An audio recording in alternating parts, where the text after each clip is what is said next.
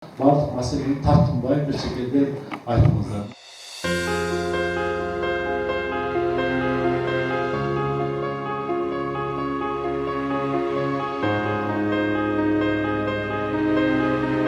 Капитальный ремонт кылганы акча курготолсо. Анан өзүбүздөн айттырбай жасап койсок болот эле, бирок айтып калды. Макулбу? 10 күндөн кийин штраф салат экен. Эми ошого карабай, азыр эмгиче газылат. Азыр дан моментте газылат да. Бүгүн барып, раз мыйзамсыз эки тыгыз бар, токтотуп койгон. Электраты бар жок, yosh bolalar ketadi. Депутат көрүп кетчи, эмне кылыш керек, кандай иш. Мен кичине эле нерсе болсо эле жасап берип коём. Макулбу? 18-жылы сизге тапшырма берип, көп нерселер суранды. Эми азыр өзүң айттың, мактабабыз деп. Сени мактабашка болбой калды. Эми башында айтып атпайлы, эл барсын, сиздер бар, биз отурабыз да.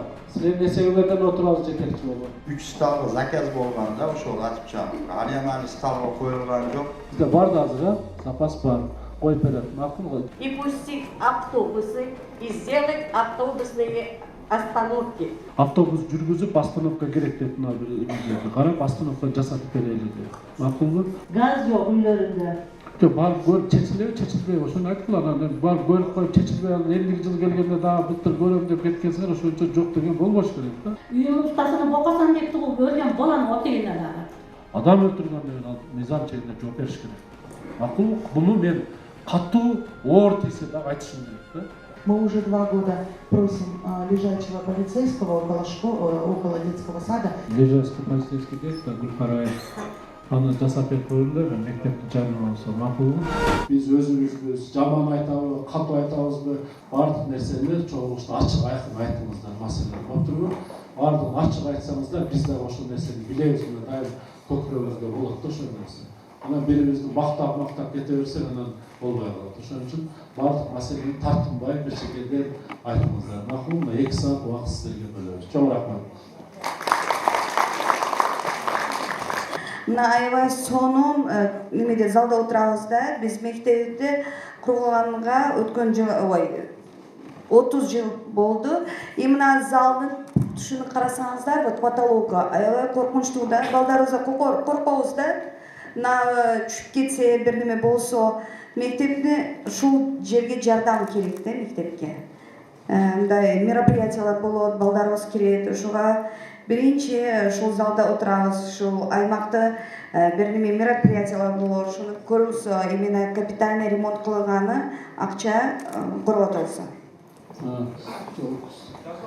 Жазып алдыңызбы? Сиз эме кылыңыз, аябай жагым болуп кетти. Ушу менен экинчи жолу ушул жерге залга келип атабыз да, мектепке.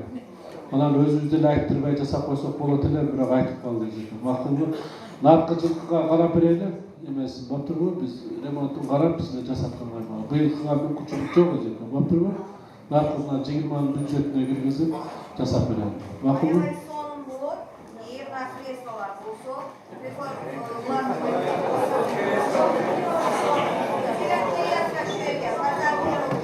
Эми айтып атпайлы, киргенде проект жасалат, ол бардыгы кирет да, үстү алмаштырылат, терезелер алмашат, мыналар жасалат, скамья эмелер калат. Анан астыбызга килем салып беребиз менен болбосо. Макулбу? Yerni el köptüğün özünger, biz vatasınger.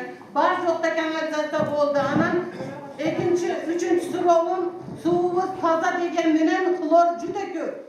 Filtrda kılganımızdayan filtrdanın klor çıkıp atar. Bu su doğrusunda men Gorpada kanalga barıp suranganman. Suunu analiz kıldık. Anda emes dedi. Bizim çukurdakilarni kelaturgan suga уже 70 yıl emes 50 yıldan aşıp ketdi. 70 yıl deyman. 30 yıl emes 50 yıldan aşıp ketdi. Birinci kelganimizde sular jok ele. Arık kichkina to'sib ichgan vaqtimizdan bo'lgan. Bochkalarda olib kelib suv olganmiz. Mashinalar tashib suv sotib olganmiz. Endi hozir rahmat, kanal bor, suv bor, kelyapti, biroq toza emas. Ishonmasangiz men shu filtrdan o'tkazib sizlarga suvni ko'rsatam, xlori tagida turibdi. Dövlet Bakanlığı var mı? Az bunlar değil mi? Burada oğul meseleleri ayttık da böyle. Cevap versin. Танасыбекович, канализацияны азыр мына реконструкция бүтсүн, очистной сооружение, ого чейин айта албайбыз да. Эмдиги жылдары карап көрөбүз. Пока возможность жок. Азыр мүмкүнчүлүк жок. Мына очистной сооружение реконструкция болуп атпайбы ЭБР боюнча. Ошо бүткөндө деп жоопторду берип атабыз кайрагандарда. Азырча мына таза суга дагы, анан буларга дагы мына ошол канализацияга, очистный сооружениега акча каралып атат. 10 миллиондон ашыгы экинчи фазасы. Бул боюнча иштер кетип атат да, биз аракет кылып атабыз. Шаар боюнча чечишибиз керек. Бирок бүгүн эртең кылып беребиз дегенден алыс. Бул эми аш кылып, плов кылып жеп коелу деген сөз эмес экен да. Бул оор маселелер, бирок биз атайын акчаларын каратып аракеттер кылып атат. Шаар боюнча чечишибиз керек да. Туурабы? Шаар боюнча чечилип атат маселелер. Эң негизгиси ошол проект даярдалды, акчалары чечилип атат. Шаар боюнча чечилет. Таза суда, канализацияда баардыгы болот экен. İşte sabır kılasыздар. Канча жашка чыктыңыз, эми айыл адам жашын сурабайм. Апам менен тегин. Я. Мен апамдан 1 жаш күчүк экенсиз. Мен апам 77-ге чыкты да. 77 жыл канализация болбогон, бүгүн болуп кетти. Дагы 1 жыл 2 жыл күтүп турабыз. Отурбу? Түшүндүңүз да? Куда каласа 78 жашыңызга чейин бүтүп калат. Отурбу? Аракет кылалы. Рахмат. Mana bu Eşmat köçelerde svet yok azgına. 4 derece üstadın gitarı, 6'da yangi çek var, jibin aldılar yangi çek. Ular gibi aldı.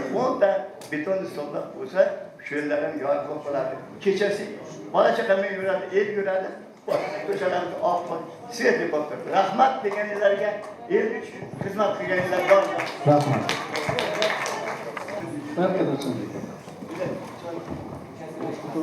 Ya. Doğru. Siz kim olursunuz?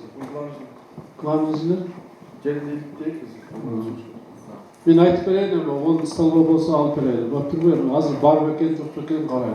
Makul karap durmadan hareket ediyoruz. Assalamu alaikum, бүгүнкү программа катышуулары. Саламатсызбы, Талбек Озбекович. Биз мына 16 жашоочу келдик эле сизге келеттеп, Кудайдын бизге жеткен экен, сизге жол алып, биздин көйгөйүбүз кат жүзүндө местен баска кайрылганбыз. Мына туран Ахматовашкадагы 5 миң Малажер көчөсүндө жашайбыз. Малажердин көчөсүндө. Бирок сессия көтөрүлгөн, сессиянын сөзүңүз алып аябай сүйүндүк эле. Сот чечимден жер ала берсе, күнү-түнү болсо да сотко өткөрүп бериңиздер деп карыңызды интернет окуп калбай сүйүндүк да. Эми ЭКТ инспекцияга архитектурада бул 16-жылы, 19-жылы кат келди. Эч ким жер алуу арыз жазган эмес. Биздин адистерден эч ким барып өлчөптөргөн эмес, генплан түзүлгөн эмес деген каттар турат мына жерде. Микрофонду алысыраак кармаңыз. Анан ошого Микрофонду алысыраак кармасаң. Ошого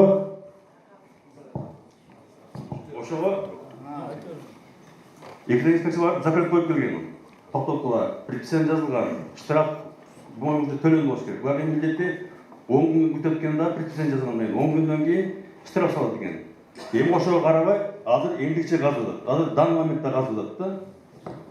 Анан мына экология инспекция келиңизчи, мына Молодежный көчөсүндөгү эмне болуп атат, кандай болуп атат? Молодежный көчөсү боюнча бул жерде тигене каршы мурун 2014-жылы жүрөт, ошол жерде бул кызыл деп берилип калган экен. Бүгүнкү күндө регистрацияланып өттү менчик жерде. Менчик жерге карап ошол жерде жанагындай мыйзамсыз курулуштар баштаган. Бүгүнкү күндө ал жерде проекттер да жок, уруксаты да жок. Бүгүнкү күндө биз ал жерге чара көрүп, предписание берип, протокол түзүп, анан ошонун баардык тең копияларын биз прокуратурага бердик. Мыйзамсыз. Бирок ошол жер кандай чегерилип калган?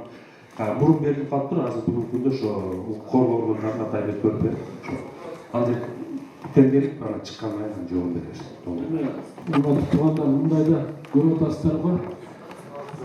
Ош шаарында моюнга алышыбыз керек да. Мыйзамсыз курулган курулуштар аябай көп экен да. Биз мына келгенден бери Кудайга шүгүр мына эл колдоп, көп жерде бизди колдоп коюп атат, бирок ошончолук баягы душмандык ашырып атабыз да. Себеби бирөөнүн күркөсүн алып атабыз, бирөөнүн көп кабаттуу үйүн буздуртуп атабыз, бирөөсүнүн магазинин буздуруп атабыз, бирөөнүн үйүн буздуртуп атабыз. Көрүп атпайсызбы, туурабы? Ошон үчүн аябай оор болуп атат да. Азыр эми мына мамлекеттик органда экотехник инспекциянын жетекчиси мыйзамсыз деп атат. Болду. Бул уже сотто каралат, соттун чечимин күтөбүз. Мен өзүм көзөмөлгө алайын сотторду. Макулбу? Мына мыйзамсыз нерсени бузуп берген. Азыр Кудайга шүгүр сотторго да рахмат. Мына көп нерсени эл тарап кылып чечип берип атышат да. Буну менен биз катуу күрөшөбүз. Макулбу? Мыйзамсыз курулуштар менен биз катуу турабыз. Азыр ишкерлерге мен кайрылам мына мүмкүнчүлүктөн пайдаланып. Эсиң барда этегиңди жап дейт да. Эсиң барда этегиңди жап. Бекер эле акчасын кетирип. Раз мына мамлекеттик орган мыйзамсыз деди, ага биз до конца турабыз да. Мен бир гана сотторубузга нысап берсин, ушул мыйзамсызды деп чечип бере турган болсо, мындай талаш тартыш нерселер сот гана чекип коет да. Анан мен барып шаар башчысы катары, мэр катары барып аны менен жакалашып мушташканга болбойт тугандар. Туурабы? Аны менен мыйзам чегинде күрөшүшүбүз керек да. Ага мен сиздер тарап болуп туруп берем, эл тарап болуп. Макулбу? Катуу туруп берейин Кудайдан да. Аракет кылайлы. Макулбу? Сиздер дагы мына экотехник инспекция кайсы жылы берилген экен кызыл китеп? 2014. Эми мындай да, мына госрегистр турат. Буну урушайын десең, бул кече жакында келди да, туурабы? Буну мезгилинде берген жок. Азыр буларды биз катуу көзөмөл кылып атабыз да. Макул, мен көрдүм, негизгиси жок. Биз карап чыгабыз да.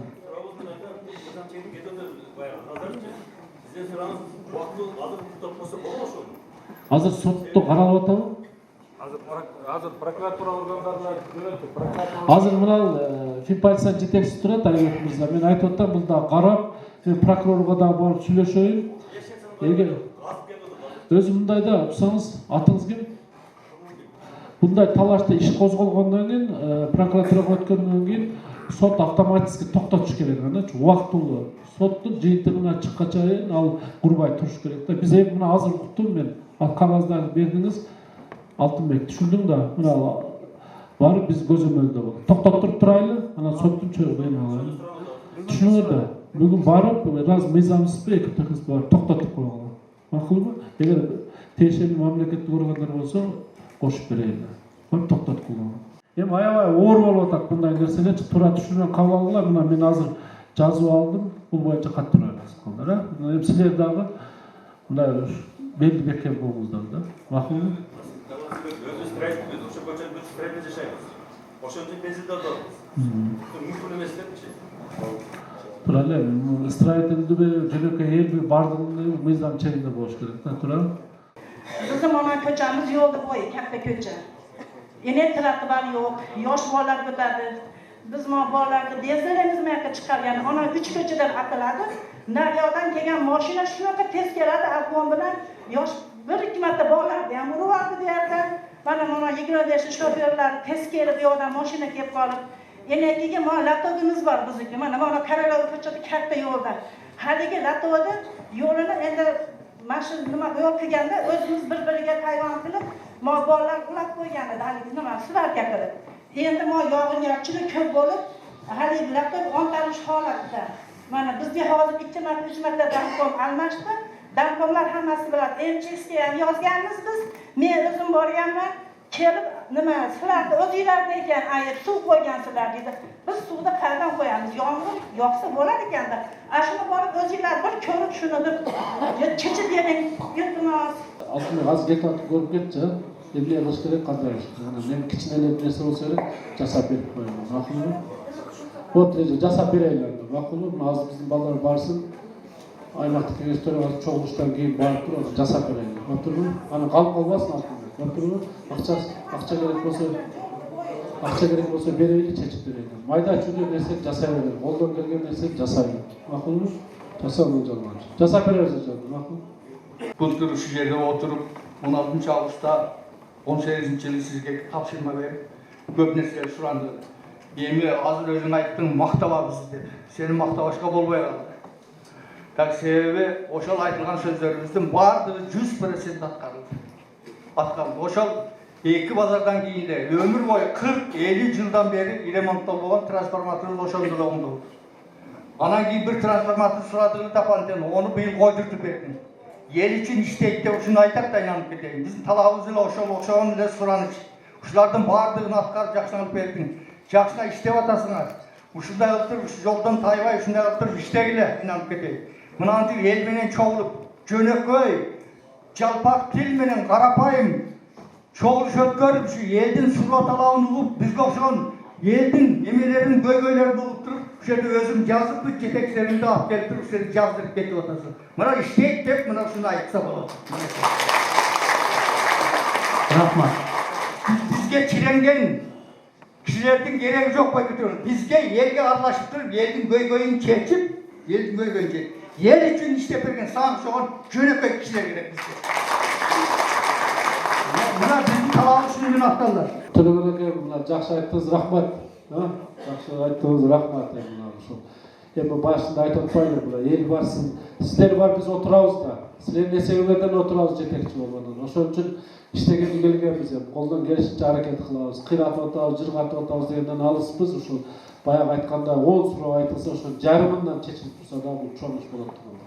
Макулбу? Ошон үчүн чогулушка активный келип, анан бир жылдан бери келип чогулуш кылат дебей, башка убакта керек болсок, мына аймактык кеңеш төрагасы мен келип кетсинчи десеңер, өзүнчө жолугу, өзүнчө сүйлөшөлү десеңер, түнү күнү чакырсаңар да мен даярмын келгенге. Макулбу? Келип, мына өзүнчө биздин көчөгө келип чогулуш өтүп келсин, биздин жамаатка келсин десеңиздер, мен келип угуп кетем апалар. Макул, кайсы маалда чакырсаңар биз даярбыз. Биз ушул мына учардан башынан баштап бурулуп, Бакырон бирөөгө чейин 2 километр. Ошол жердеги тазалык боюнча мынерде тазалык ишканасына келиптир. Каналдын боюна контейнер койгонго болбойт экен. Бизде дачада азыр бир дагы бункер жок тазалык боюнча. Ошону бир карап берсеңиздер. Эми тазалык ишканасы күнүгө алдырып атат, бирок көпчүлүк экен таштала берет экен. Анан мына ямочный работа боюнча Ош жол башкармалыгына ошол ямочный работа кылынды.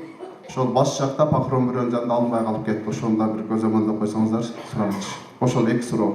Рахмат. Рахмат. Ишиңиздарга ийгилик. Рахмат. Нурбек. Коесуңарбы? Баптар менен биргеликте иш алып барабыз. Бирок ал жерде ылдый жагы кара суу апанын айлуу өкмөтүнө жана Төлөкөн айлуу өкмөтүнө жашаганына байланыштуу биз алдырып койгонбуз. Бул жактагы сунуштар менен бирок карап чечкенге аракет кылабыз. Чечип беребиз. Мындай кылачы. Азыр бүт эле кара суунун айлануу менен чектешип калыппыз да. Баары шаар деп бизге карай берет. Ошон үчүн баягы чектешкен жерине коюп кое бергиле. Наркылар эми алып келип түшүрөр, тазалап туруңар. Ошол жакта баягы өткөндө да мен дагы айтпадымбы? Эме бар.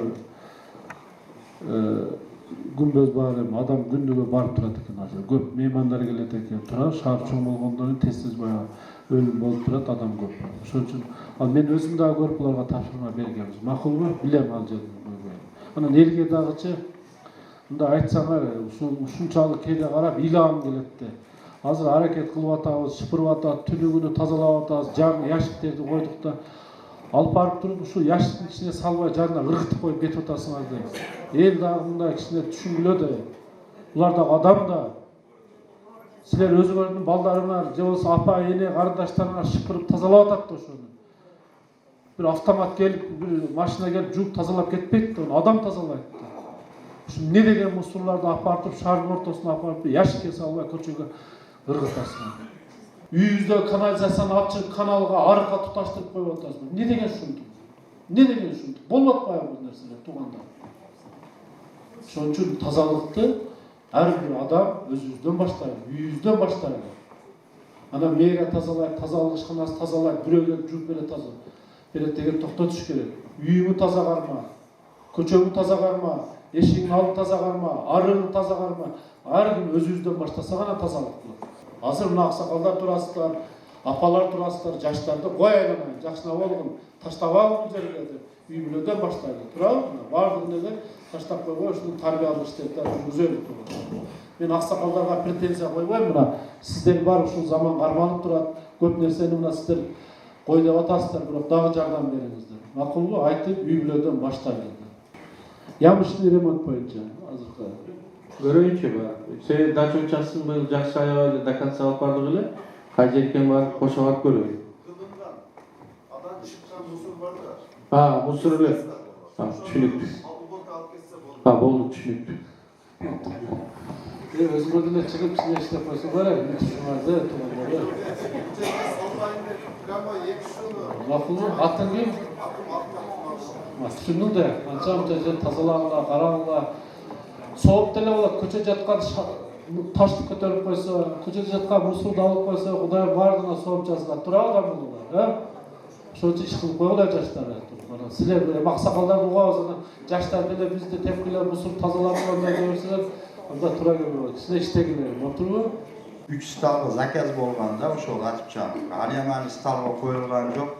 O pastana tam zım tartıp geliyor atağımız. Anam Latifçamken bir asbişene yoktu. Haligi projektörler değil kovan meçitten nimesini togunu alıp oşu meçitten işlediler. Oşunu hem bir karıştırıp koysan. Var mı? Görsek var mı? Bizde planda var mı?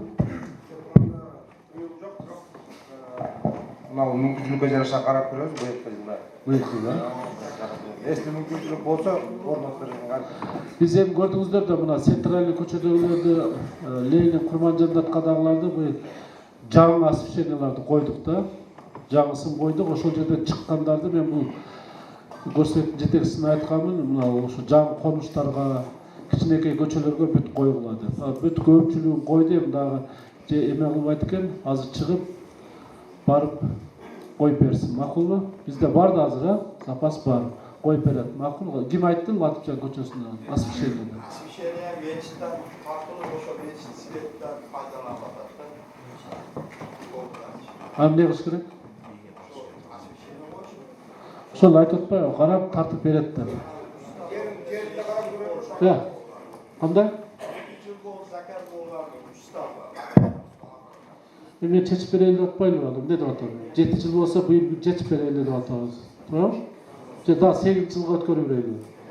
Айтып атпайбы, быйыл чечип берейин деп, бүтүрүп берсин деп атам. Макулбу? Столбой 3 столбой экен, апарып коюп берет. Эме бар, коюп берейин деп атам да.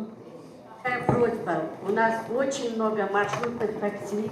Я прошу вас сократить их и пустить автобусы и сделать автобусные остановки. Потому что эти маршрутные такси захотят останавливаться, не захотят не останавливаются, делают между собой перегонки. Мы утром боимся идти в детский сад или в школу, потому что они ездят как угорелые, друг друга перегоняют. Невозможно перейти улицу. Это у меня большая просьба. Сделайте нам, пожалуйста, остановки автобусные и пустите маршрутные автобусы, потому что эти маршрутные такси очень переели. Второй вопрос у меня. Я хочу, чтобы вы проверили наши аптеки. В аптеках, тут несколько аптек, одни продают, например, если стоит лекарство 20 сомов, а другие 50 сомов. Здесь в основном все пенсионеры, инвалиды. Поэтому я хочу, чтобы вы проверили аптечки, вот эти лекарственные эти. Они очень дорогие лекарства, нам невозможно купить эти лекарства. Еще у меня такая просьба. Я хочу, чтобы вот у нас про воду говорили, вода у нас очень нехорошая. Лично я сама в прошлом году приезжала американская лаборатория, я взяла литр воды, проверила, нам сказали, что эту воду невозможно пить. Вот если, например, вы кипятите чай, в чае сразу вот такой осадки, очень большие осадки, нашу воду вообще невозможно пить. И последний вопрос, я вас очень прошу. Я Салимова Махмуза Хамидовна, живу Туленова, 12 дом, 10-я квартира. В нашем доме еще, когда я переехала в этот дом, я написала заявление мэру. Это было Айтмаматов, мэр. Чтобы нам подключили отопление. Наше заявление лежит в ЖЭКе, который находится на Араванском. Но так как наш вопрос не решился, у меня большая просьба, чтобы вы нам помогли сделать отопление. 12-й, 10-й дом, улица Туленова. Большое спасибо за внимание. Спасибо большое.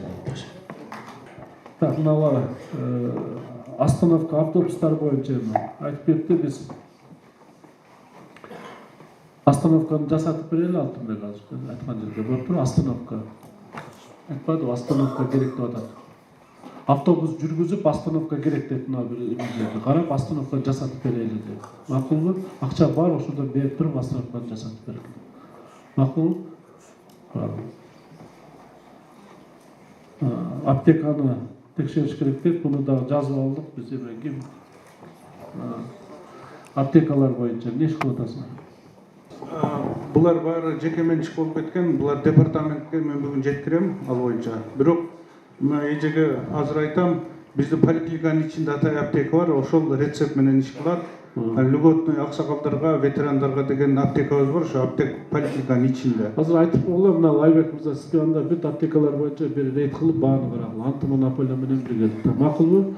Мына филполицияга айтайлы, бул бир тартипке келтирип берсин.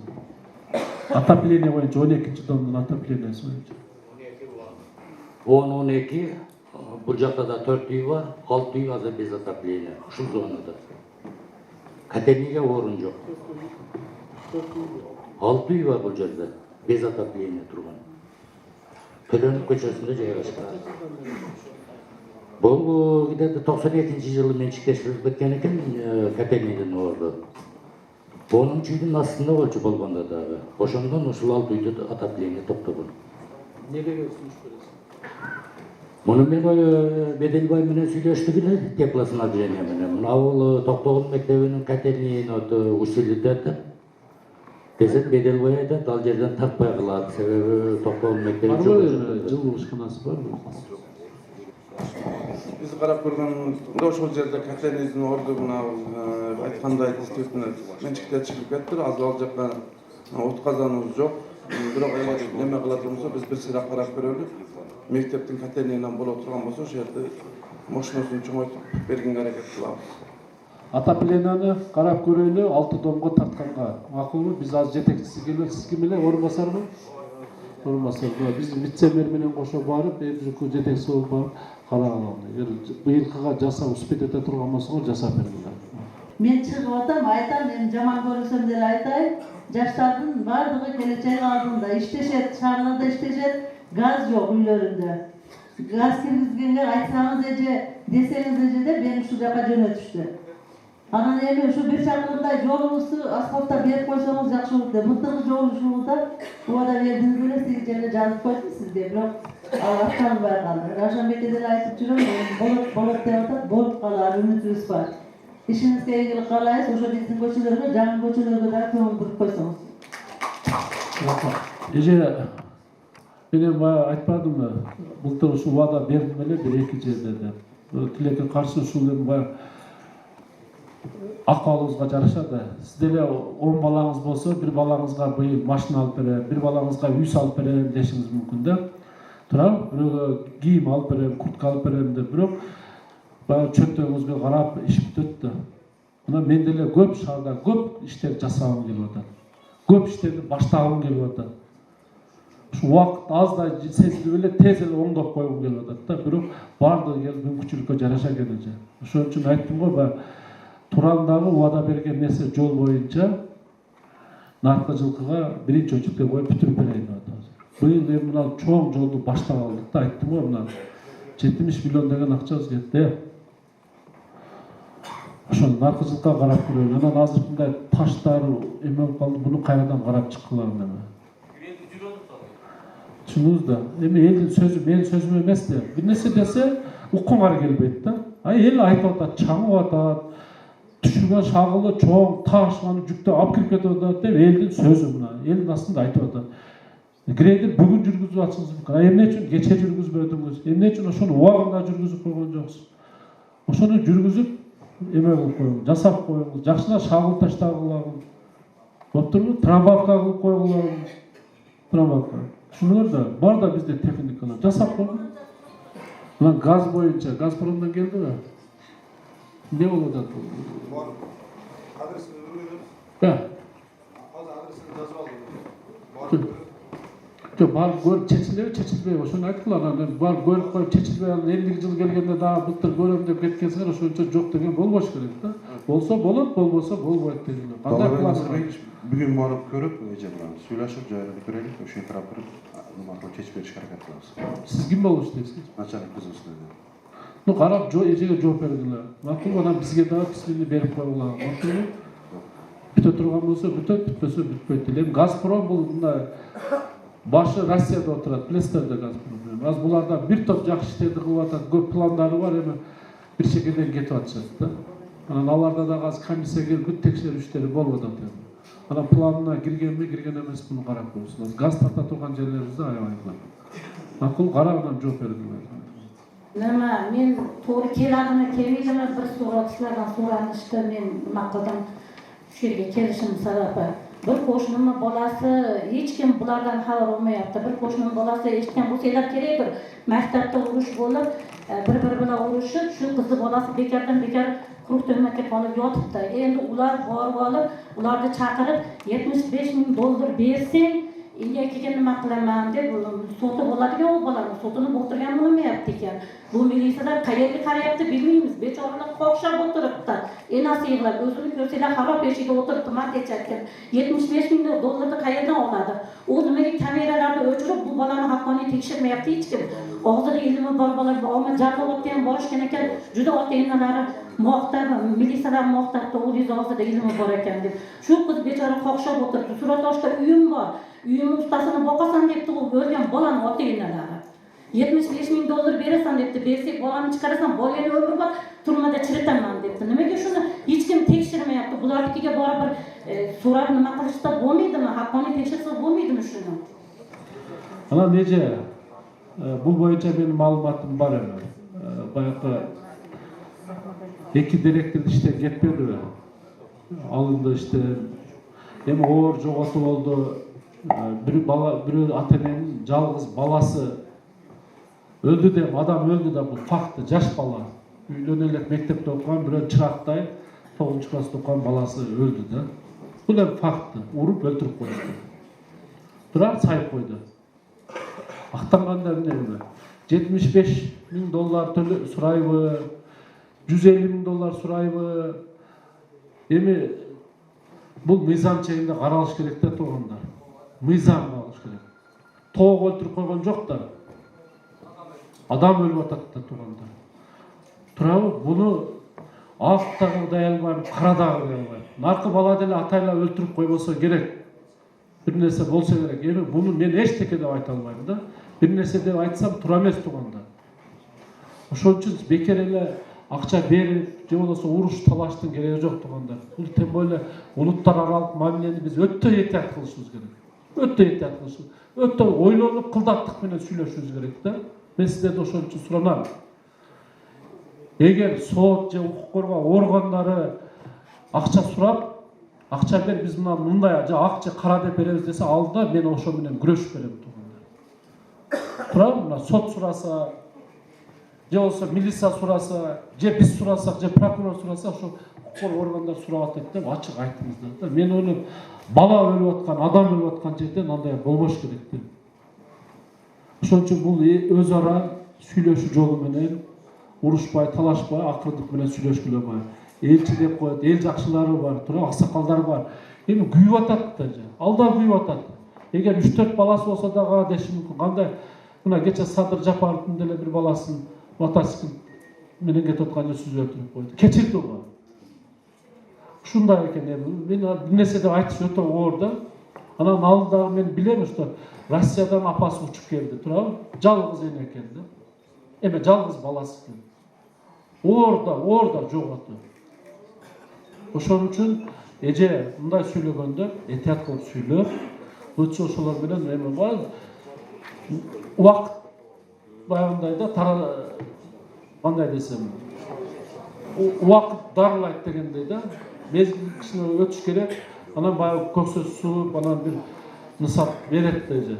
Кечиримдүү болор. Ошон үчүн баягы пара бергенден көрө бара бер деген сөз бар да. Барып, кечирим сурап турабы, элчилик мына айыл башчылар бар, эмелер бар. Ошон үчүн жакшы сөз менен сүйлөшүңүздөр. Анан калганын сот укук булар мыйзам чегинде караштын. Анан акча бергенде эле адам өлтүрсө деле кое бере берсе эртең ал айтат да эже. Анда эмне деген заман болот эртең? Акча берсе лучше адам өлтүрсө болот экен дегенге кетебиз да. Дагы бир күнү кимдин баласын бирөө өлтүрүп коет деп гарантия. Ошон үчүн туугандар, адам өлтүргөндөн кийин ал мыйзам чегинде жооп бериш керек. Макул, буну мен катуу оор тийсе дагы айтышым керек да. Туурабы? Адам урушканда, мушташканда, сөгүшкөндө бирөө менен этият кылыш керек, ойлонушубуз керек да. Эмне үчүн тоогурдаган, тоог өлтүргөн же бир нерсе кылган камалыш керек, адам өлтүрүп атса камалбаш керек да. Өлтүрдү, жазасын алыш керек. Мындай мыйзамдуу түрдө айтканымда да. Отурапа, ошо туура кабыл алгыла. Адам мына жерде келип азыр аны сиз ушул жерде айтсаңыз, мен бир нерсе деп сүйлөсөм, ал дагы күйөт да атыне. Балам өлгөн аз келген чогулушта обсуждение кылып, акча сурап атат деп. Может ал сурабагандыр да. Бир Кудай билет, бир өзүңөр билесиңер. Туура, биз каяктан билебиз? Биз свидетель болбосок турганда. Ошон үчүн этият болуп сүйлөшөлү мындай нерсе. Макулбу? Мен ак дагы, кара дагы дей албайм. Мен мына укук болгондордон суранам, мыйзам чегинде жооп бергиле. Кечириш ал ата-эненин өзүнүн эрки, туугандардын өзүнүн эрки. Макулбу? Салам алейкум. Талайбек Насырбекович. Я приветствую вас у нас в Туране. И я хотела бы сначала сказать по поводу маршруток. Вот был разговор, да, мы уже 2 года просим лежачего полицейского около детского сада по улице Латырджанова. Но у нас, оказывается, в ГАИ есть Телек Монолбаев, да, который говорит, что лежачие полицейские запрещены. Почему, не знаю, если вот возле этой школы вы видели несколько проложено.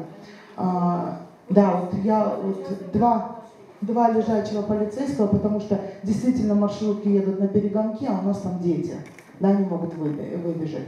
Второе, я хотела бы сказать вот по поводу Мурат Самединович вот, за Акбуринский РОВД, да.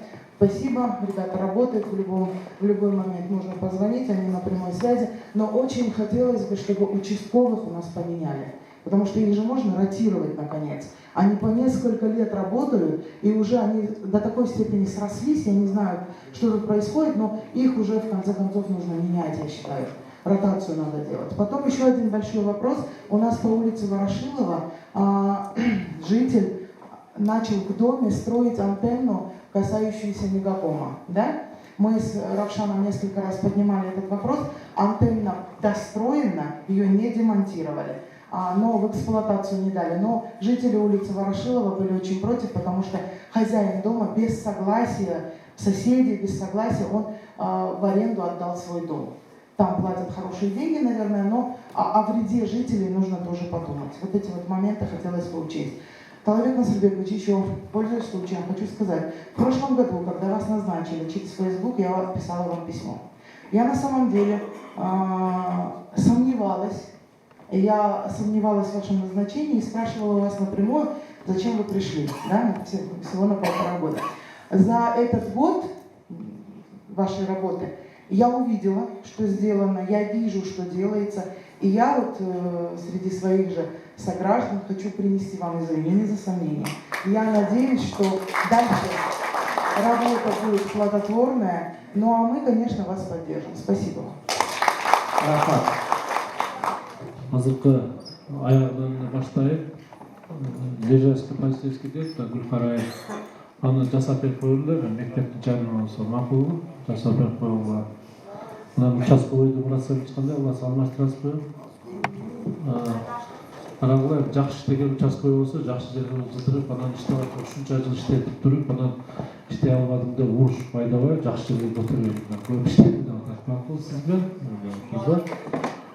Карап, анан эл менен иштеше турган жакшы участковойду алмаштырып берсе, карап көргүлө мыйзам чегинде. Анан азыр антеннаны койгон боюнча кайсы компанияныкы коюлган антенна? Мегакомдук кой. Эми азыр антеннаны алып койсо, анда телефон тартпай калат да, туурабы? Мындан не работает. Карап көрөлүчү анда, карап көргүлө эки техноспецияга мыйзам чегинде. Эми анан үйдүн ээси берип атса, алып атса, анан телефонда керек станция алып баягы антенна койгондо ата специалисттер бар да, аны бүт карайт. Ошол баягы жыштык деп коет го, кайсы жерден чыкса ошол жерге барып коюшат да. По-моему, баягы компьютер менен караганда, өздөрү баягы приборлор менен караганда ошол жерге туура келсе керек да. Аны карап көрөлү, биз анан жооп берели. Макулбу? Туурабы? Эки экспертиз ошону карап көрөлү. Аябай көп суроолор келтирип, бирок мына вице-мэр айтып атат, баардыгы эле азыркы жооп берген суроолор экен деп. Анан болбой калганда биз барып азыр мына общий отдел баардыгын отуруп карайт, каттарга сөзсүз жооп берет, ответ болот мына каттарга. Макулбу турган?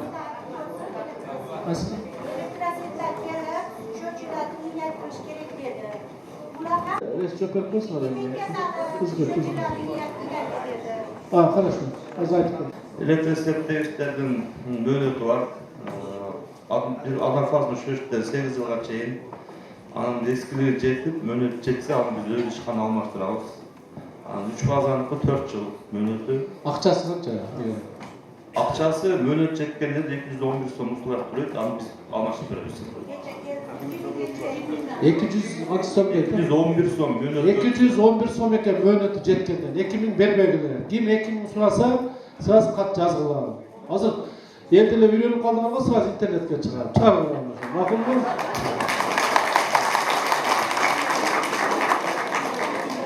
Даже мостун бул чекеси тосулган эмес, мага ата-энелер келип көбүнчө кайрылышат. Бала эми түтүлөт, жүгүрөт. Даже мосттор тосулган жол жок. Суу жака да жылып кетиши мүмкүн. Анын жана мындай подъем болгон үчүн азыр кар жок, жамгыр жок. Эгер жамгыр жааса, башка кылса машина токтойт да, балдардын өтө турган зебра дагы жок болот да, ошону карап берип койсоңуз. Эми алтыма жазып алдым. Жолугуп ошо мектепти барып көрүп, азыр 2 жерди көрөсүз. Ошо мектепти көрүп, азыркы эже айткан маселени көрдүм, мына жасап берди. Отурбу? Барып көрөлү, көрсүн, анан айтат да. Fatih'de çuvalda işleyersiz, bundan keyin işlerken ruvaç, hamamızın oğluyla zırhika taraflar. Үй бүлөдө деле жолдошуңуз менен же атабыз менен же апабыз менен кисине айтыша турсаңар береке болбойт. Туурабы? Иш кылгыңар келбей калат. Ошон үчүн биз шаарда, мамлекетте эң биринчи очут абадай керек бизге ошо ынтымакчылык туугандар. Болуптурбу? Бизге келип арабызда мындай уруш чыгарам, жаңжал чыгарам, мындай бир иштерди кылам дегендерге Кудайым эч качан ошондойго жол берилбесин да. Мамлекетибизди, шаарыбызды Кудай колдоп, ошо аман болойлу, тынч болойлу. Келбей калган туугандардын бардыгына биздин атыбыздан салам айтып койгула. Макулбу, тынччылык болсун, тез жолугуп туралы. Чоң рахмат. Чоң рахмат.